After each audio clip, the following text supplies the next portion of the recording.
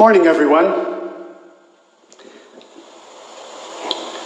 To all Eli Whitney students, transfer students, visiting international students, and first-year Yale College students, welcome to Yale.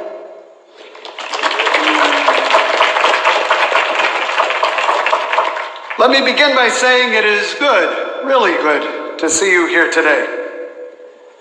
And many families and loved ones are watching today's ceremonies online. And on behalf of my colleagues here on stage and the entire Yale community, I want to extend a warm greeting to everyone joining us, wherever you are right now. This is a big moment for you, our newest students, and for Yale. I'm so glad you're here. 51 years ago, University President Kingman Brewster delivered an address to the entering class of new undergraduates, welcoming them to Yale, just as I'm doing now. At the time, the university was coming out of a very unusual year. We can relate. Just a few months earlier, in May 1970, tens of thousands of people from across the country had come to New Haven and to Yale to protest the trials of Bobby Seale and Erica Huggins, leaders of the Black Panther Party who were being tried for murder. Thousands of National Guard troops had been deployed to the city as some expected the protests to turn violent. The situation was extremely tense. Fortunately, reason prevailed. The protests remained largely peaceful, and no one was seriously injured, let alone killed. Still, these events rocked Yale's campus. War was raging in Southeast Asia. Movements for civil rights and women's rights were heading in new directions. And across society, it seemed like a younger generation was rising up to challenge the old guard. Against this backdrop, many people were wondering about Yale's future. They were uncertain about the university's role, its purpose in a rapidly changing and unpredictable society.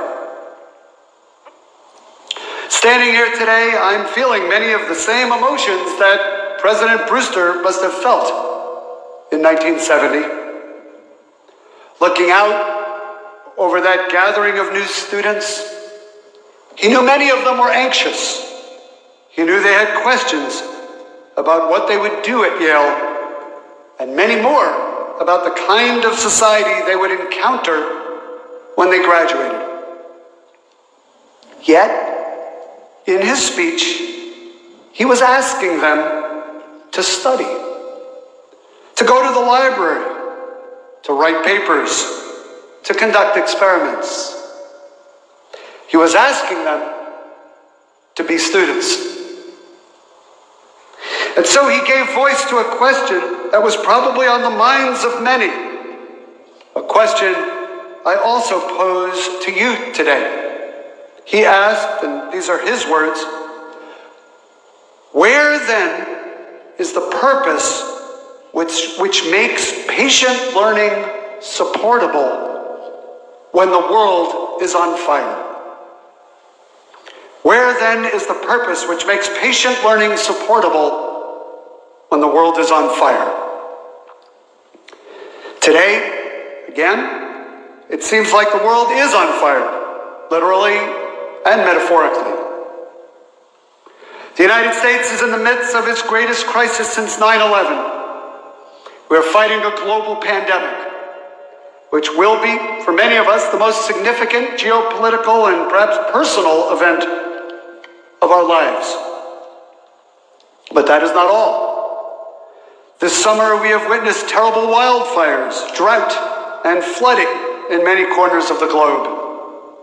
Some of you have experienced these climate disasters firsthand. Not only climate change, but also racism, extremism, the widening gulf between the rich and poor. These are complex challenges that call out for urgent and concerted action. The world is on fire, and again we ask, what is our purpose here? And how do we learn patiently, seriously, and rigorously, as I sincerely hope you will, in times such as these? In thinking about the answer to this question, I was reminded of Musar, sometimes called Musar in English, a 19th century Jewish movement that came out of Lithuania, very close to where my ancestors were rabbis. The central idea of the Musar movement and of similar religious and ethical practices beyond Judaism is that we must improve ourselves before looking outward at society, seeking to change it. We must examine our values, expand our knowledge, and develop our empathy and imagination. One of the rabbis of the time is said to have told this story: I set out to try to change the world, but I failed. So I decided to scale back my efforts and only try to influence the Jewish community of Poland, but I failed there too.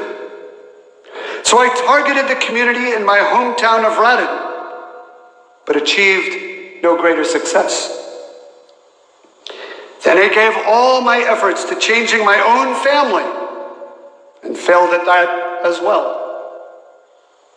Finally, I decided to change myself, and that's how I had such an impact on the world.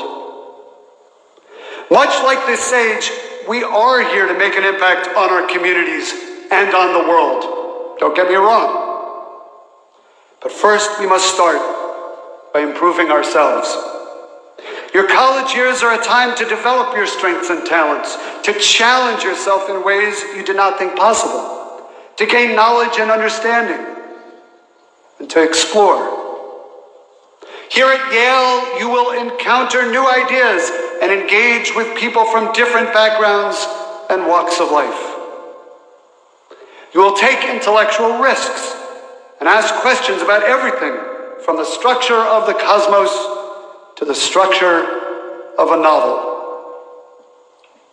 Improving yourself means leaving your comfort zone, signing up for classes that sound interesting but unfamiliar, going to office hours with slightly intimidating professors. You may be surprised by the conversation that unfolds. Attending talks by speakers whose views are different than yours, and really listening to their arguments. Regardless of what you study or the clubs you join, I promise you that you will not leave Yale the same person you are today. You will be changed, transformed by Yale. We know that you are ready for these challenges, and we are excited to see what contributions you will make to Yale, how you will write new chapters in our shared history in the coming days, weeks, and years. Thinking back to that spring of 1970, I'm reminded of 4 Yale College students who, with others, played a pivotal role in the May Day events. Kurt Schmoke, Ralph Dawson, Bill Farley, Glenn Deschabert. They were serious students and active in founding and leading the Black Student Alliance at Yale. 2 would be named Rhodes Scholars. That spring, along with Kingman Brewster, his special assistant Sam Chauncey, and other administrators, these students showed exemplary leadership during a time of crisis. They were instrumental in helping keep the peace on campus and most likely saving lives. The world was on fire, but their time at Yale prepared them to tackle important challenges then and after graduation. One as a big city mayor and university president, others as distinguished attorneys, all as engaged community members. Like generations of alumni, these Yaleys were deeply committed to making themselves better, making the university better, and making the world better. You too are joining the Yale community at a historic moment. We're surrounded on all sides by fires, small and large. And yet, I could think of no better moment to be at Yale. We begin this academic year with a renewed commitment to nurture this community and the people in it. Yaleys, you will soon discover, love to learn. They seek out new experiences, and they immerse themselves fully in everything they do. At Yale, you can study with top public health experts who are advising governments on the pandemic response. You can take a seminar with a Pulitzer Prize-winning historian of Frederick Douglass or a leading authority on John Milton. You can conduct research alongside faculty members in over 1,200 laboratories. Yale's great strength, now as always, is that we learn from and are inspired by one another. Although we come from different places, we share a common purpose, and that is to improve ourselves so that we can improve the world. Yale's mission statement expresses our highest ambitions. It says in part, Yale is committed to improving the world today and for future generations. It goes on to say, Yale educates aspiring leaders worldwide who serve all sectors of society. You are those aspiring leaders. And this mission is our answer to the question my predecessor asked over 50 years ago. I believe the patient learning President Brewster spoke of means deep engagement in your studies. It means challenging your thoughts and beliefs. It means expanding the frontiers of knowledge, your own, and then the world's. It means using your time at Yale to prepare for the trials ahead.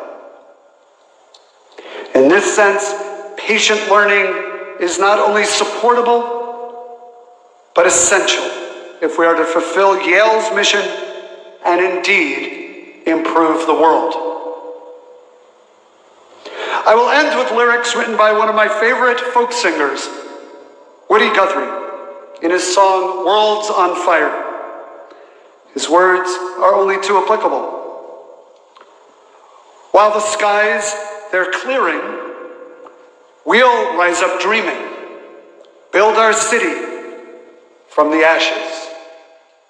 Yes, the world is on fire, but right in front of me, I see many reasons for optimism. Together, as part of this community, you will dream, you will build, and you will prepare for lives of leadership and service. Welcome to Yale.